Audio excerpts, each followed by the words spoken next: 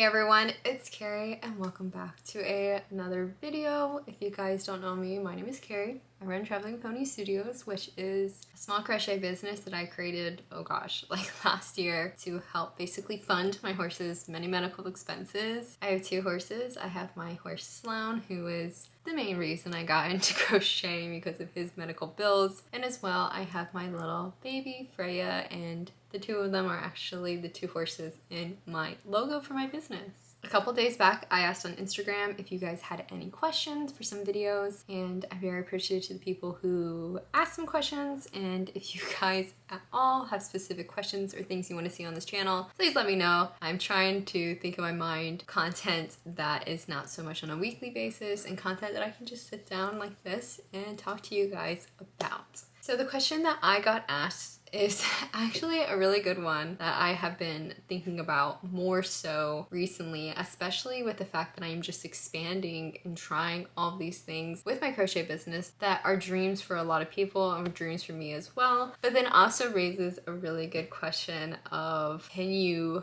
survive crocheting? Like, does that make sense? I don't know. Basically, the question that I received was, what are my long-term plans for crochet? I think this is a great question. I think I will never 100% know the answer. I can certainly tell you guys some of my thoughts and opinions, as I have focused a lot on doing stores this year, markets, all of that good stuff, and is it really sustainable?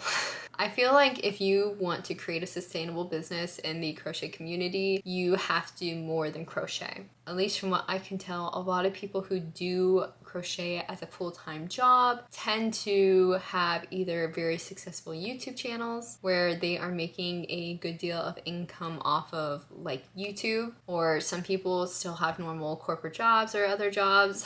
And then the other thing I have noticed with some of these people is they sell a lot of patterns. That seems to be the best way to make the whole crochet business more sustainable and easier, I believe, on people. Realistically, you can only crochet so much a day. That's definitely true. I think if I had to take a guess, I probably crochet about 8 hours, sometimes even longer. Certain days, it just really depends. I think I've mentioned this before. I do run a separate business that I would consider definitely a full-time job because it is in the equestrian industry. I have a barn that basically is like a retirement center for horses. I guess you could technically call it hospice because I do care for horses at the end of their life. Some horses I get in that have a lot longer than others, versus I have received some horses and they have come in and they just have a few weeks left of their life, and it's my job to take care of them, handle like all their medical and special needs. However much time they have left, I want to make it the best for them as possible. So that is my actual full-time job.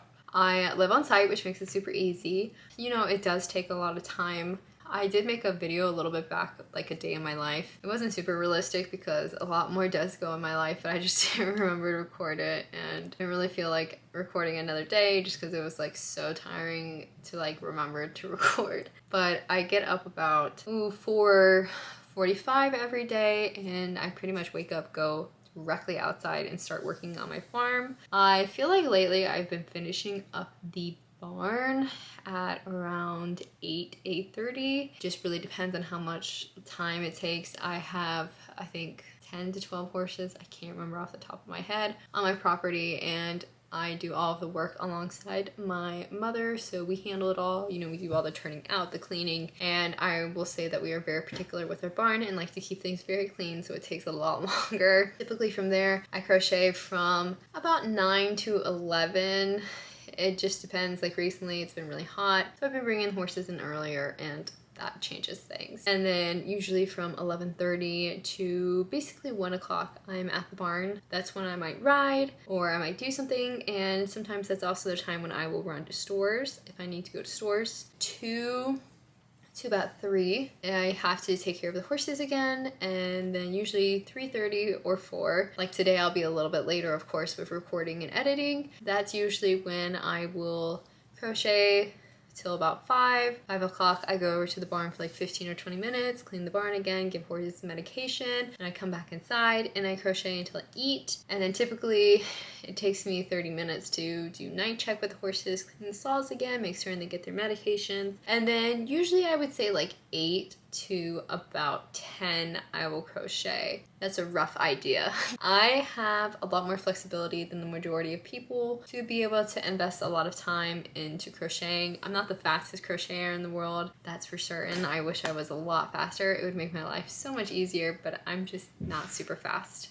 to be honest. This year in particular, I have focused on, first of all, doing bigger markets. Last year I did farmers markets. This year I switched over to doing the larger art markets in hopes that maybe I would be able to make more money. With that being said, I've mentioned this before, I do not have cheap tables. I think pretty much everything I get into is about 125 to about 250 range for a spot. There are cheaper markets around me, but if I'm being 100% honest, I do think that a more expensive market that has proper marketing and is in a good location is very worth it compared to spending maybe, I don't know, $100 for a location that's not good or doesn't have good marketing. You have to be really smart about where you are selling your products. And I'm very fortunate. I live in Georgia. I mentioned this before. I am north of Atlanta. So I would say that for me in particular, I do have the demographic around me that does tend to support a little bit more of handmade items. If I live somewhere like South Georgia or somewhere that maybe did not have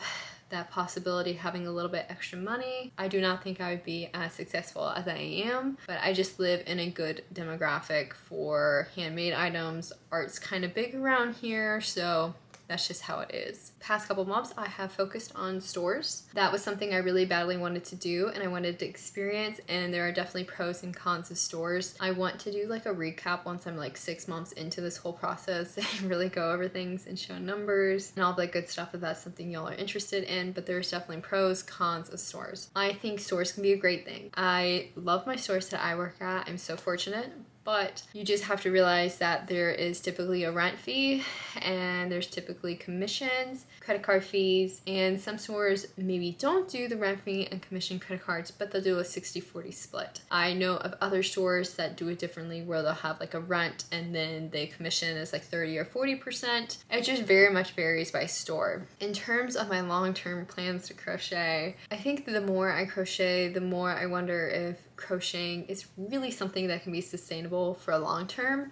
Like I said, I think if you can spend time to growing your YouTube channel like I'm trying to do myself, and possibly your other social medias or creating patterns, I do think it is sustainable. But I think if you come into crochet and you want to make it a full-time job and you're thinking, oh, I'm just gonna make plushies all the time, you have to realize that that's probably not gonna happen. The amount of plushies that you would have to make is really crazy. And I say this as somebody who makes a lot every day. And you can also make a lot of product, but if you're not in front of the right people and they're not buying, really it doesn't matter how much you make because you're not making anything. My long-term plans for my crochet would be, I think next year I would really like to focus more on stores in some regards. I have a good relationship with my stores right now. I love them. They're all super nice to work with. It's been great. And I think I definitely would like to focus on staying with those stores and then possibly picking up one, maybe 2 more. With that being said, I would significantly limit the amount of markets that I want to do. Next year, I've already decided that I'm gonna really keep markets down to markets that I enjoy and the markets that are closer to me. You guys might have seen like in March, I did a really small market where I didn't do that great. It was just not a good market. I kind of came into it knowing like, this isn't gonna be a good market for me. April and May, I did really well because those are markets that I do know. I have a following there. It was great. June and July, maybe nothing too spectacular, but same thing. I didn't really think about summertime. I'd never done summer markets. This has really honestly been the first year that I have done more than farmers markets. Now we're entering into August. My August market is a market that I know I've done before and I like, and then October is gonna be a new market. I'm taking September off, and then November I'm hoping to get into another market that I know and have done well at before. I think next year I would like to focus on doing those markets that I do know I do well at. So maybe instead of doing like 9 markets, I will cut back to like 3 or 4 markets a year. I think that will make it a lot more sustainable for me in terms of if I keep up with stores, just being able to handle stores and markets. I think next year I am kind of in the thoughts that I might not do as much custom work. I think custom work is a great thing in terms of the fact that it really pushes you. I have made so many crazy things for customs that I like would never have made myself if it had not been a custom order. So they're really good for challenging yourself and like continuing to grow, but at the same time, customs I find take a lot of time. They tend to be more complicated than your standard item. And then of course as well, for me in particular, I never can price my customs very well. I feel like I always end up underpricing because I don't want to necessarily scare off a customer. Like I do need that extra money, especially with all my horse's issues. So I don't want to scare people off, but then at the same time, I do typically underprice. So when I look at the time and then the details, it starts to get to the point where I'm like, I don't know how much it's worth, especially since it does take out time for my market prepping and store prepping now. So I think next year I will probably tend to stay away from customs, or I might just take a select few on that I find easy and actually want to do. But with that being said, I am the worst person at saying no. I just can never say no to people, so I say that, but who knows? I've mentioned this before, I would really like to focus on pattern creating, and I definitely enjoy pattern creating, and I have so many patterns that I do want to create. Like I still have my adorable little cow over here that I'm working on, but it's just I have not had any time. So I feel like next year I'd like to try and do a little bit more pattern creating, definitely in terms of like I was saying earlier, I think you do have to dip into other things like pattern creating, content creation, all that type of stuff if you want to try and create a sustainable business with crochet that you can look at possibly doing full time. Don't take my word on any of this though, because I am not full time. I am not at that point. I would love it to be that way, but I don't know when it will or if it will ever happen, but I think I'm just gonna keep trying my best. I also hope I say this as big hope. I want to try and do one convention next year. There is a local convention to me in Atlanta that I would love to try and do called MomoCon. I've actually personally attended it before and walked around in like the artist alley and everything. I just was not in the mindset to do a convention when they opened up last year, but I feel like it would be really fun to do a convention just as an experience, I think more so. So I am possibly looking at doing MomoCon, but the whole thing is is I think a 4-day convention, which is very difficult for me. I think that I would like to at least experience one convention in the long term, just to say that I've done it, and also I like to look at everyone's artwork. Like I love conventions, so I'd like to just go for the experience, to be honest. But I think I basically kind of explained what my long-term goals for crocheting is. I don't know how much longer I'll be crocheting. I do enjoy crocheting, but at the same time, it does take a really hard like wear and tear on your body if you're doing it as much as I am doing it. So it's definitely something that I consider all the time. But I would love to kind of focus a lot on stores, my own online store hopefully, and then doing select markets that work for my schedule with my horses, and markets that I do like and prefer and have a following at, so I can kind of see my people. And I would love to continue to grow this channel as much as possible and get a little bit more comfortable with also showing off more of my life